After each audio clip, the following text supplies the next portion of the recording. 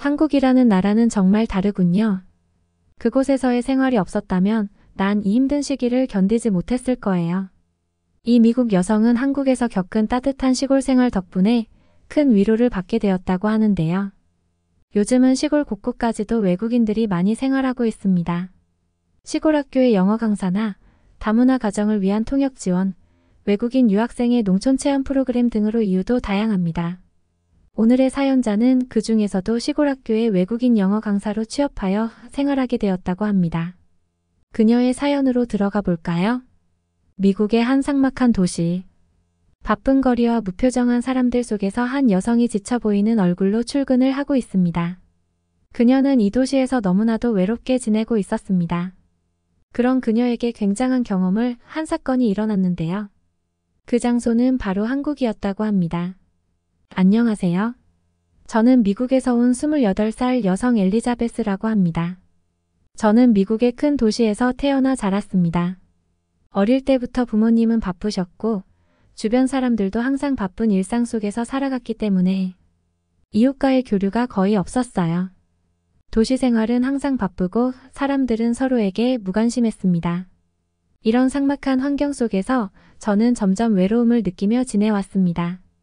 대학교를 졸업한 후 저는 영어 강사로 일하게 되었고 어느 날 우연히 한국의 한 시골 학교에서 일할 기회를 얻게 되었습니다. 새로운 환경에서 새로운 경험을 쌓고 싶었던 저는 한국으로 떠나기로 결심했습니다.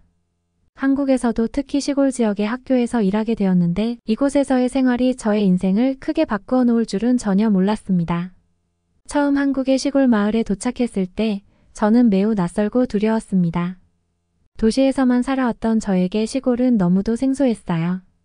하지만 이곳 사람들은 저를 따뜻하게 맞아주었고 저는 점차 이곳 생활에 적응해 갔습니다. 처음 한국에 도착한 날 학교의 교장 선생님이 저를 마중 나왔습니다. 어서 오세요, 엘리자베스 선생님. 먼 길 오시느라 고생 많으셨어요. 교장 선생님은 저를 환영하며 앞으로의 생활에 대해 차근차근 설명해 주셨습니다. 저는 그 따뜻한 환영에 큰 위로를 받았고 조금씩 마음을 열기 시작했습니다. 학교에서의 첫날, 저는 수업을 마치고 숙소로 돌아가던 중 이웃 아주머니가 직접 기른 채소를 건네주셨습니다. 엘리자베스 선생님, 이거 제가 직접 키운 채소예요. 건강에 좋으니까 드셔보세요. 아주머니의 따뜻한 마음에 저는 감사의 인사를 드렸습니다. 그런 작은 친절들이 모여 제 마음을 따뜻하게 해주었어요. 그 후로도 마을 사람들은 저에게 많은 도움을 주었습니다. 겨울이 되어 난방기계가 고장났을 때는 옆집 할아버지께서 바로 오셔서 고쳐주셨고 명절 때마다 마을 사람들은 저를 자기 집에 초대해 한국의 전통 음식을 함께 나누었습니다. 그들은 저를 가족처럼 대해주었고 저는 그들의 따뜻한 마음에 큰 감동을 받았습니다. 어느 날 저는 독감에 걸려 고열과 몸살로 고생하던 때가 있었습니다. 혼자 지내던 저는 너무 힘들어 음식도 제대로 챙겨 먹지 못하고 있었습니다. 그때 옆집 아주머니께서 저의 상태를 눈치채고는 직접 끓인 죽과 약을 가져다 주셨습니다.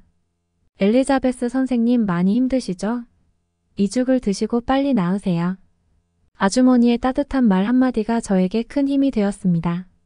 그렇게 마을 사람들의 도움 덕분에 저는 병을 이겨낼 수 있었습니다. 한국의 시골 마을에서 지낸 1년 동안 저는 이곳 사람들의 따뜻한 정과 배려를 느끼며 많은 것을 배웠습니다.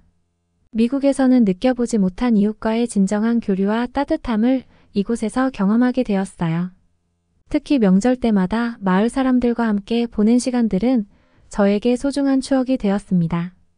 그들은 저에게 항상 친절하게 대해주었고 제가 어려움을 겪을 때마다 언제든지 도와주었습니다. 또한 마을 사람들과 함께하는 작은 축제와 모임들도 저에게 큰 위로가 되었습니다. 봄에는 마을 사람들과 함께 꽃축제를 즐기고 여름에는 함께 강에서 수영을 하며 시간을 보냈습니다. 가을에는 함께 수학을 도와주며 즐거운 시간을 보냈고 겨울에는 따뜻한 차를 나누며 서로의 이야기를 나누었습니다. 이런 소소한 일상들이 저에게는 큰 행복이었습니다. 그 중에서도 가장 기억에 남는 것은 마을 사람들과 함께한 김장 행사였습니다. 처음으로 김장을 하는 날, 마을 어르신들은 저에게 김장 김치 만드는 법을 가르쳐 주셨습니다. 그들은 저를 위해 특별히 배추를 준비해 주셨고 함께 김치를 담그며 즐거운 시간을 보냈습니다. 엘리자베스 선생님, 김치 만드는 게 쉽지는 않지만 이렇게 함께하면 재미있어요. 그들의 따뜻한 말에 저는 웃으며 김치를 담갔습니다. 그날의 경험은 평생 잊지 못할 소중한 추억으로 남았습니다. 김장을 통해 직접 만든 김치를 맛보게 된 저는 김치의 매력에 푹 빠졌습니다. 그 맛은 저에게 새로운 경험이었고 이후로 김치는 저의 가장 좋아하는 음식 중 하나가 되었습니다. 한국을 떠난 후에도 김치가 그리워질 때면 현지 한국 식당을 찾아가거나 직접 김치를 만들며 그때의 추억을 되새기곤 합니다. 그렇게 1년이 지나고 저는 한국을 떠날 시간이 되었습니다. 떠나는 날 마을 사람들은 저를 위해 작은 송별회를 열어주셨습니다. 그들은 저에게 손수 만든 작은 선물들과 따뜻한 인사를 전해주었고 저는 그들의 사랑에 다시 한번 감동했습니다.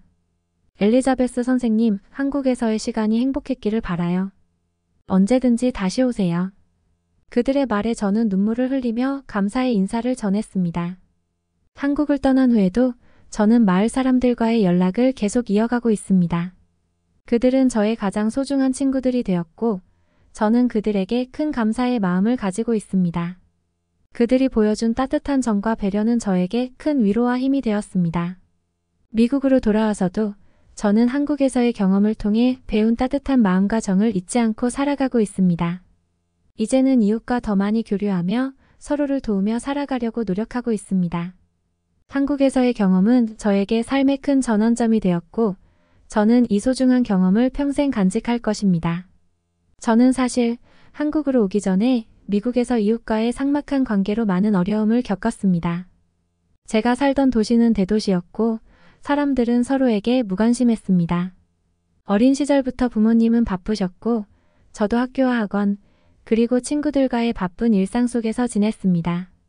이웃들과는 거의 교류가 없었고 그저 서로 얼굴만 아는 정도였습니다. 제가 대학을 졸업하고 처음으로 독립해서 살던 아파트에서도 상황은 비슷했습니다. 이웃들과 인사를 나누는 일은 거의 없었고 가끔 엘리베이터에서 마주칠 때면 어색한 인사만 주고받았습니다. 그때는 그런 생활이 당연하다고 생각했습니다. 하지만 점점 시간이 지나면서 외로움이 커졌고 이웃들과의 소통 부재는 저를 더 외롭게 만들었습니다. 이런 환경에서 지내다 보니 사람들과의 관계 맺기에 점점 소극적이 되었습니다. 새로운 사람들을 만나도 쉽게 마음을 열지 못했고 이웃과의 관계를 맺는 것 자체가 어려워졌습니다. 그러던 중 한국에서의 시골 학교 영어 강사 제안을 받게 되었고 새로운 환경에서 새로운 경험을 쌓고 싶어 한국으로 떠나게 되었습니다. 한국에서의 생활은 처음부터 큰 문화 충격이었습니다. 이웃들과의 친밀한 관계와 서로를 돕는 문화는 저에게 매우 신선하게 다가왔습니다. 처음에는 어색하고 낯설었지만 점차 그들의 따뜻한 마음에 익숙해지며 저도 마음을 열게 되었습니다. 이제는 미국에서도 이웃들과 더 많이 소통하며 그들에게 따뜻한 마음을 전하려고 노력하고 있습니다. 처음에는 서툴고 어렵지만 한국에서 배운 따뜻한 마음과 정을 바탕으로 이웃들에게 다가가고 있습니다.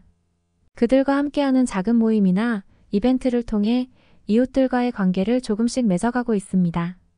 제가 한국에서 배운 가장 큰 교훈은 이웃과의 진정한 교류와 따뜻함이 삶에 얼마나 큰 영향을 미칠 수 있는지였습니다. 그들이 보여준 따뜻한 마음과 배려는 제 삶을 풍요롭게 만들어주었고 저는 그들의 따뜻한 정을 통해 큰 위로와 힘을 얻었습니다. 오늘의 사연이었습니다. 미국인 엘리자베스가 한국의 시골 마을에서 겪은 따뜻한 이웃들의 이야기를 통해 우리도 이웃에게 조금 더 관심을 가지고 따뜻한 마음을 나누는 건 어떨까요? 끝까지 들어주셔서 감사합니다. 다음에도 좋은 사연으로 돌아오겠습니다.